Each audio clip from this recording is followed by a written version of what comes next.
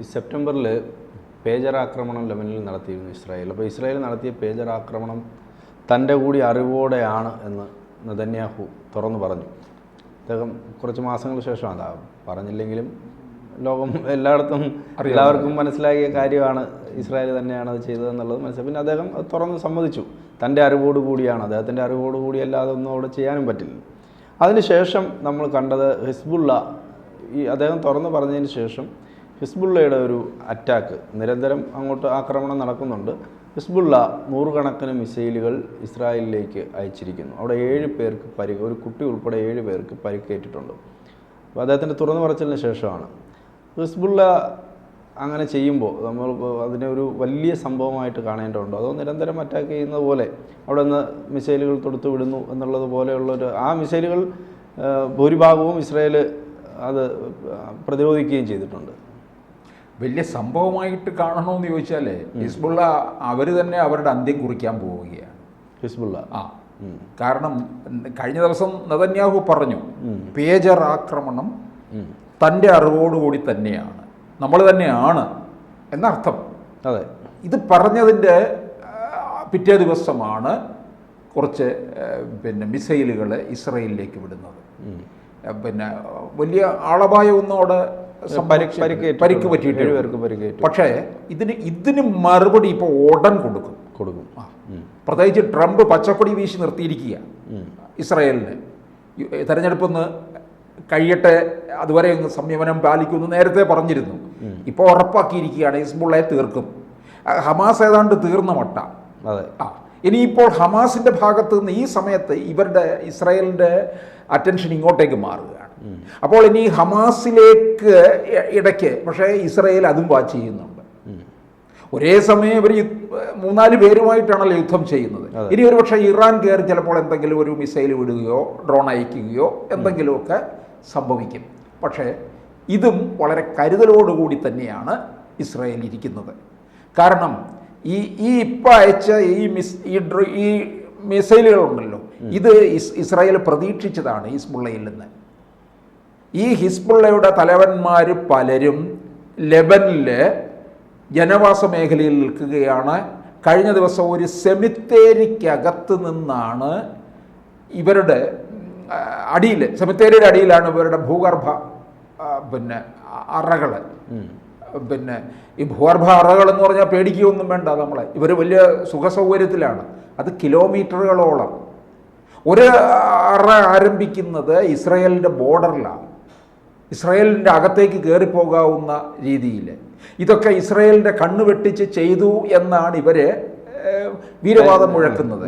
പക്ഷേ അതൊക്കെ ഇവർക്ക് തിരിച്ചടി ഉണ്ടാക്കുന്നു എന്നുള്ളതാണ്. ഈ ഭൂഗർഭ അറയ്ക്കകത്താണ് ഇവരുടെ കൺട്രോൾ മുഴുവൻ അവിടെ ഇരുന്നുകൊണ്ടാണ്.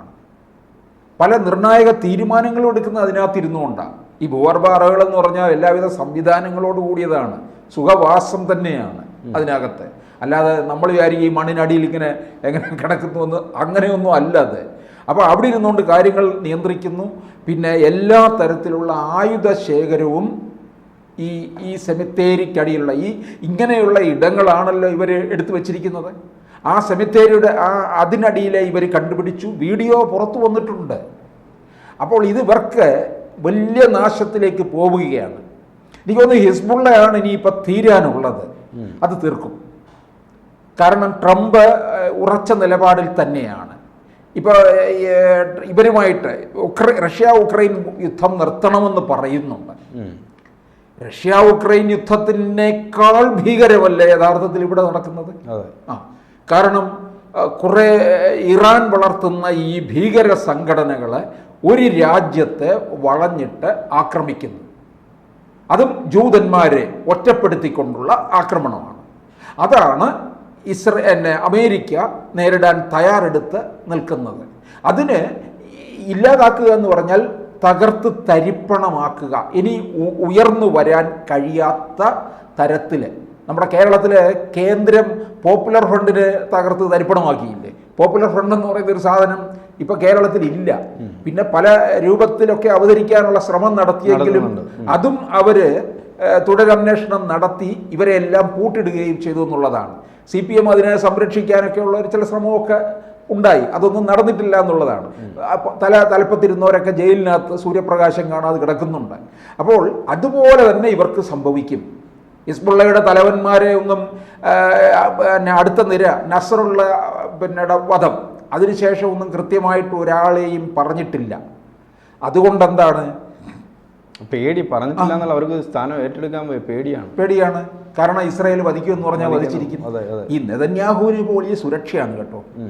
അവരുടെ ക്യാബിനറ്റൊക്കെ കൂടുന്നത് ഇപ്പോൾ ഓരോ സമയത്ത് ഓരോ സ്ഥലത്ത് വെച്ചൊക്കെയാണ്. അത് എവിടെയാണെന്നൊന്നും അറിയത്തില്ല, അത് വെളിപ്പെടുത്തത്തുമില്ല. അത്ര സുരക്ഷാ സംവിധാനങ്ങളോടുകൂടിയാണ് പോകുന്നത്. കഴിഞ്ഞ അടുത്ത മാസം ഇനി ഒരു കോടതിയിൽ നെതന്യാഹു എത്തേണ്ടതുണ്ട്.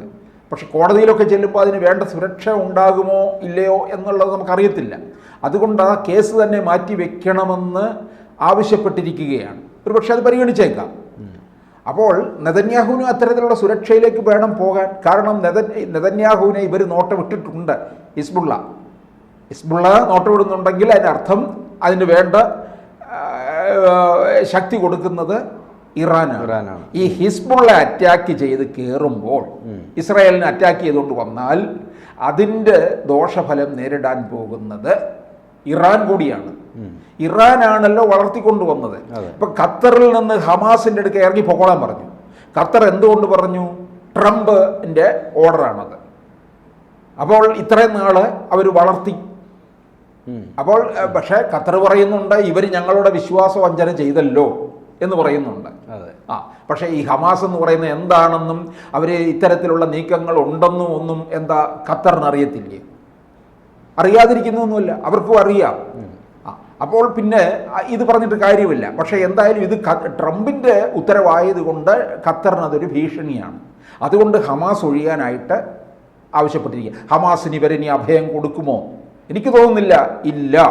കാരണം ഇറാൻ അത് നാശത്തിലേക്ക് സംഭവിക്കും. ഈ ഹിസ്ബുള്ളയെ എത്ര കാലം ഇവരിങ്ങനെ പോറ്റിക്കൊണ്ട് പോകും? പറ്റത്തില്ല. അതങ്ങനെ തുടർന്നു കഴിഞ്ഞാൽ അതിൻ്റെ കുഴപ്പം ഇറാനായിരിക്കും.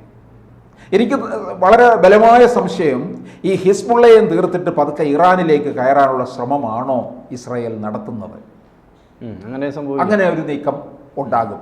കാരണം ഈ ഹിസ്ബുള്ളയെയും ഹമാസിനെയും ഒക്കെ തീർത്തു കഴിഞ്ഞാൽ അവരുടെ ശക്തിയിൽ വളർന്നു വന്ന ഇവരെ രണ്ടുപേരെയും തീർക്കുക, എന്നിട്ട് പതുക്കെ കയറുക. അങ്ങനെയായിരിക്കും. ഇറാനോട് എന്തായാലും ട്രംപിന് കടുത്ത ശത്രുതയിൽ തന്നെയാണ്. അതുകൊണ്ട് ഇസ്രായേലിൻ്റെ അങ്ങനെ ഒരു തീരുമാനത്തിലേക്ക് പോവുകയാണെന്നുണ്ടെങ്കിൽ അതിന് ട്രംപ് അംഗീകരിക്കുകയും ചെയ്യും. അത് ഇറാനുമായിട്ടുള്ള ഒരു യുദ്ധത്തിലേക്ക് പോകുമ്പോൾ അതിൻ്റെ ഫലം എന്ന് പറയുന്നത് വലിയ പ്രത്യാഘാതം ഉണ്ടാക്കുന്നത് തന്നെയായിരിക്കും. അത് എണ്ണപ്പാടം, ആണവ കേന്ദ്രങ്ങൾ, ഇതിനൊക്കെ നാശം വന്നു കഴിഞ്ഞാൽ, ഇപ്പോൾ എണ്ണപ്പാടത്തിൽ വന്നു കഴിഞ്ഞാൽ ലോക വിപണിയിലാകെ തന്നെ തകർച്ച ഉണ്ടാകത്തില്ലേ? അതുകൊണ്ട് ട്രംപ് അത് ആലോചിക്കും. ഏത് തരത്തിലേക്കായിരിക്കും ഈ ഇറാൻ എന്തെങ്കിലും പാഠം പഠിക്കുമോ? ഇപ്പം ഹമാസിന് ഇനിയിപ്പോൾ എങ്ങും അഭയം കിട്ടാൻ പോകുന്നില്ല. ഇറാൻ എടുക്കത്തില്ലെന്നുണ്ടെങ്കിൽ സിറിയയിലോ ടർക്കിയോ ഒന്നും തന്നെ അഭയം നൽകില്ല. ഹമാസ് ഇനിയിപ്പോൾ ഗതി കിട്ടാതെ അലയും. ഇപ്പം ചോദിക്കും ഹമാസ് ഉണ്ടോ എന്ന് ചോദിക്കും. ഉണ്ട്. കുറച്ച് പേരെങ്കിലും ഒക്കെ കാണുമല്ലോ അതിൻ്റെ തലപ്പത്ത്, അവരൊക്കെ ഉണ്ടാകും. പക്ഷെ അവർക്ക് ഈ സാമ്പത്തിക സഹായം ഇല്ലെന്നുണ്ടെങ്കിൽ പിന്നെ വളർന്നു വരാൻ സാധിക്കത്തില്ല. ആയുധമില്ലാതെ വരുമ്പോൾ അവർക്ക് അത് ക്രമേണ ഇല്ലാതായിപ്പോവും. പക്ഷേ ഇനിയിപ്പോൾ തീരാനുള്ളത് ഹിസ്ബുള്ളയാണ്. ഹിസ്ബുള്ളയുടെ ഒരു ആയുധത്തിൻ്റെ ഒരു വൻ ശേഖരം ഉണ്ടെന്ന് നമ്മൾ കഴിഞ്ഞ ദിവസം കണ്ടതാണ്, വീഡിയോ വഴി വന്നതാണ്. അപ്പോൾ അത് ഇവർക്ക് ദോഷമായിട്ട് വരുത്തരുത്. അതുകൊണ്ട് ഇവരെ തീർക്കും എന്നുള്ളത് ഉറപ്പാണ്. ഹിസ്ബുള്ളയുടെ ഓരോ ചലനവും നെതന്യാഹുവും നോക്കിക്കൊണ്ടിരിക്കുകയാണ്, വാച്ച് ചെയ്തുകൊണ്ടിരിക്കുകയാണ്. തിരിച്ചടി ഉണ്ടാവും. ഹിസ്ബുള്ളയ്ക്ക് തിരിച്ചടി കൊടുക്കും.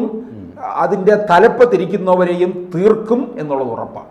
കൂടുതൽ വാർത്തകളും വിശേഷങ്ങളും നിങ്ങളിലേക്ക് എത്താൻ ABC മലയാളം സബ്സ്ക്രൈബ് ചെയ്യുക, ബെൽ ബട്ടണും അമർത്തുക.